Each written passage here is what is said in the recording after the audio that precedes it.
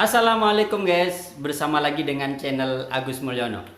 Kali ini saya ingin sharing pengalaman menghadapi promotor ketika menyelesaikan penelitian disertasi. Ini pengalaman di tahun 2005 sampai 2008.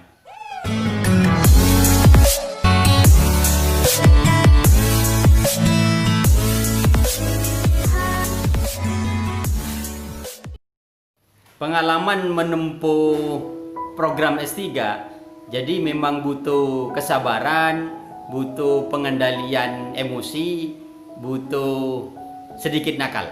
Maaf, ini memang saya katakan sedikit nakal. Nanti ada contohnya. Salah satu promotor saya, Profesor Hidayat. Beliau ahli tulang, ya, dosen pasca sarjana Universitas Brawijaya, ahli tulang juga di Rumah Sakit Saiful Anwar.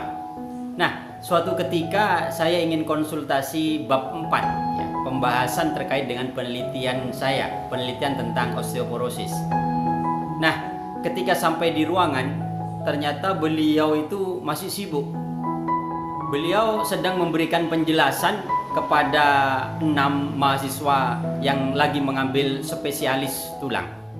Di kaca jendela saya melihat, ya, beliau memberikan penjelasan tentang foto ronsen kaitannya dengan sebuah kasus patah tulang. Beliau menggunakan bahasa Inggris kepada mahasiswa tadi. Dan maklum, mahasiswa kedokteran memang rata-rata sangat fasih di dalam berbahasa Inggris. Kira-kira 30 menit saya menunggu, kemudian penjelasan dari Profesor Hidayat itu sudah selesai. Dan mahasiswa spesialis tadi menyuruh saya untuk kemudian menemui beliau. Nah, dalam pikiran saya khawatir beliau menggunakan bahasa Inggris, ya, kepada saya. Padahal saya sangat-sangat kurang di dalam komunikasi berbahasa Inggris. Ternyata betul. Jadi ketika saya sudah berhadapan dengan beliau langsung menggunakan bahasa Inggris. Sebelumnya saya sudah paham bahwa beliau ini asli Madura, sehingga beliau pasti akan fasih berbahasa Madura. Nah, ketika beliau menggunakan bahasa Inggris kepada saya, untung kemudian saya ingat bahwa beliau orang Madura, sehingga saya langsung, "Maaf Prof, kita kan sama-sama orang Madura." Baru kemudian dia ketawa dan akhirnya beliau menggunakan bahasa Madura dan kemudian guyon-guyon. Wah, saya dalam hati, selamat, andai tetap menggunakan bahasa Inggris, saya pasti kelabakan.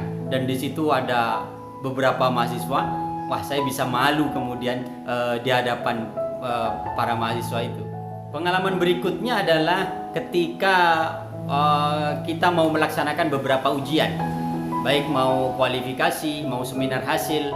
Nah, waktu saya dulu menempuh ujian ada 7 penguji, ya. Nah, dari 7 penguji ini kita sendiri yang kemudian mencari jadwal. Jadi ketika kita mau ujian umpamanya bulan depan, maka kita ke masing-masing penguji, ke si Profesor A, kita memberikan informasi bahwa saya akan ujian di tanggal sekian.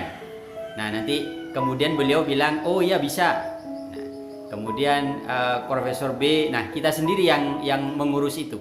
Nah, suatu ketika saya lagi mau ujian, mau seminar hasil kalau tidak salah waktu itu, saya sudah ke Profesor A, sudah ke Profesor B, sudah ke Profesor C, dan beliau siap untuk tanggal tersebut.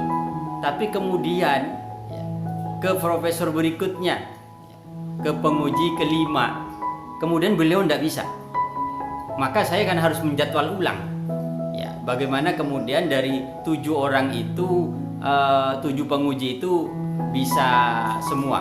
Nah, ini yang kemudian menyita perhatian, harus sabar, harus mengendalikan emosi. Nah, ternyata beberapa kali saya selalu gagal, sehingga kemudian dalam pikiran saya, wah, kalau begini perlu sedikit nakal ini. Nah, akhirnya saya menggunakan strategi begini.